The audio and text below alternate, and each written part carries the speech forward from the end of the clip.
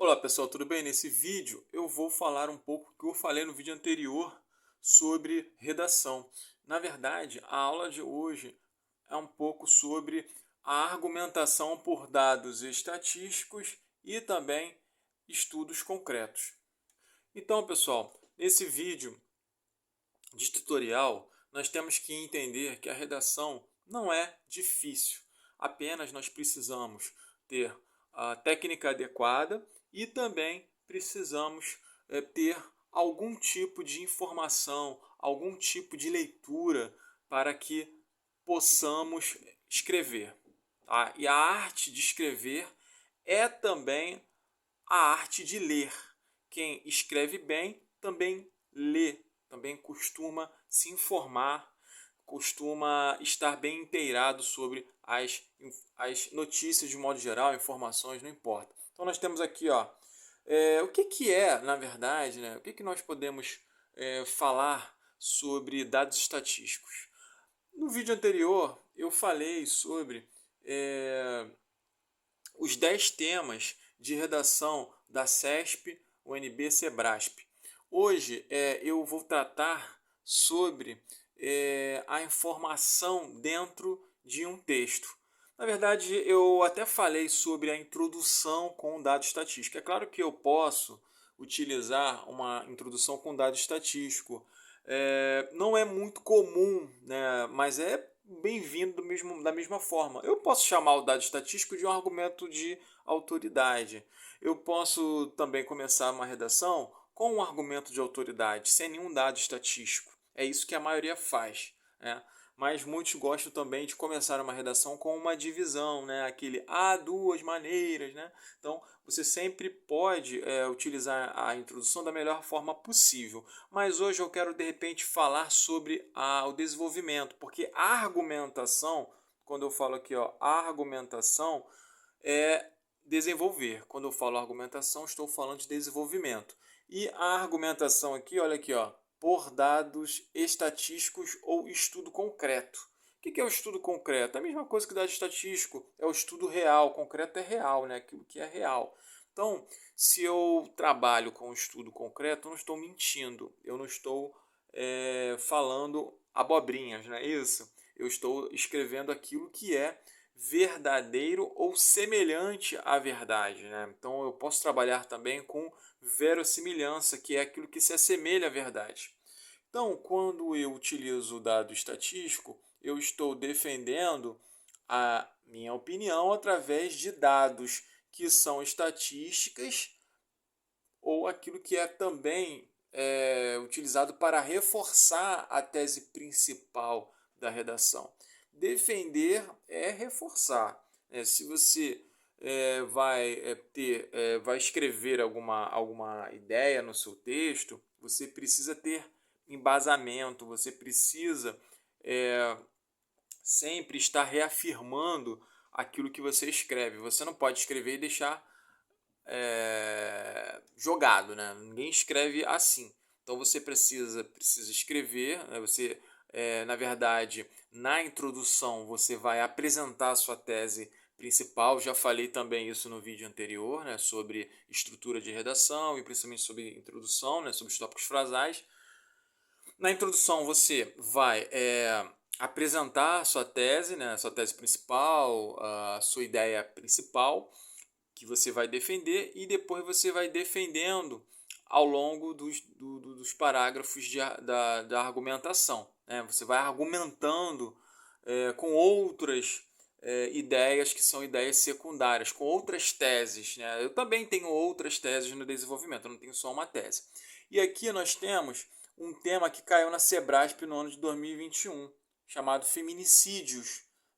Pô, é só uma palavra e é um tema. Nesse caso aqui, na prova, eles chamaram feminicídios de tema. Na verdade, quando tem uma palavra só, é um assunto, né? O assunto é feminicídio. É feminicídio. Só que aqui eu tenho mais de um, então eu tenho vários feminicídios, né? Que caiu aí na Sebrasp no ano de 2021. Olha só como é que foi trabalhado aqui o dado estatístico ou estudo concreto. Olha aqui, ó. Em 2022, o Brasil registrou mais de 2.000 casos de violência contra a mulher, dos quais 495 terminaram em morte.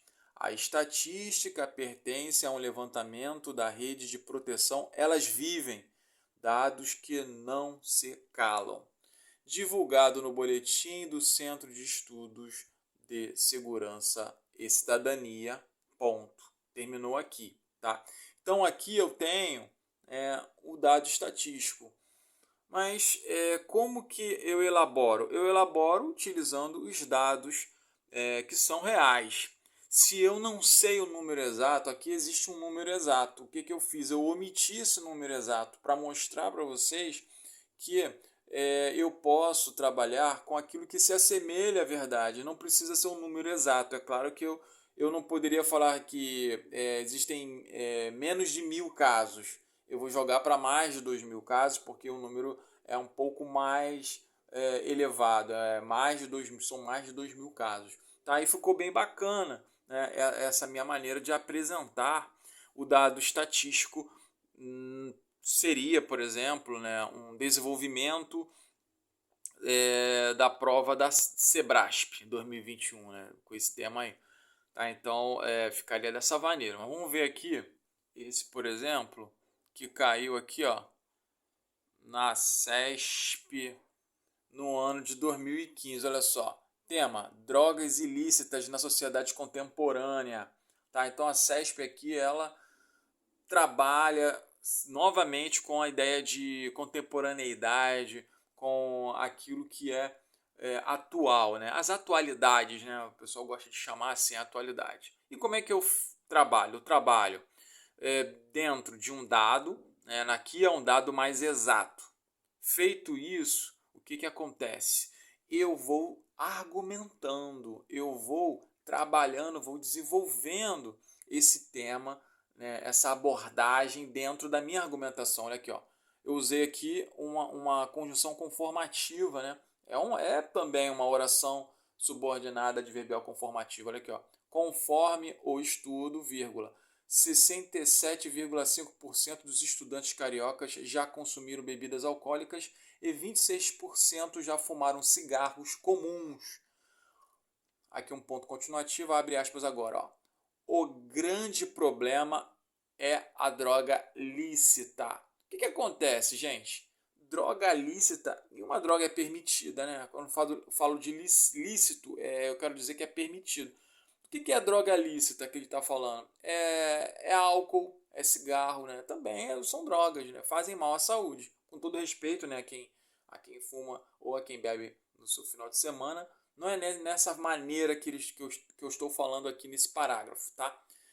Tudo que é demais é veneno, não é isso? Já dizia um psicólogo, um amigo meu psicólogo, né? Tudo que é demais é veneno. E aqui não é menos do que isso, né? Olha aqui. Continuando, esse nível de 67,5%, ou seja, está retomando esse dado aqui inicial, entre parênteses, é muito grande quando se trata de adolescentes, fecha aspas, vírgula, alerta o NEPAD, Núcleo de Estudos e Pesquisas em Atenção ao Uso de Drogas da UERJ, Universidade do Estado do Rio de Janeiro, que é a Universidade do Estado do Rio de Janeiro, né? É o UERJ. Então, o que acontece? Aqui nós temos esse dado estatístico, né, que é realmente mais, digamos, mais exato, né? Ele é mais objetivo, tá? Então, eu preciso ter esse dado. Quando eu não tenho, eu posso usar uma verossimilhança, aquilo que é semelhante ao dado, não tem problema nenhum. Beleza, vamos continuar aqui. Aí, ó, nós vamos aqui agora para o terceiro tema de hoje. Olha aqui, ó. O poder de transformação da leitura. Enem no ano de 2006. Aqui uma questãozinha do Enem, né? Não faz mal nenhum trabalhar também com o vestibular. E ficou dessa maneira. Em uma pesquisa recente sobre hábitos de leitura, os brasileiros ficaram entre os últimos países que menos lê no mundo. Tá? Então, o Brasil é um país que lê pouco. É isso que eu quero dizer aqui, ó. De 30 países, o Brasil ocupou o 27º lugar em um ranking, ao gastar 5,2 horas por semana com um livro.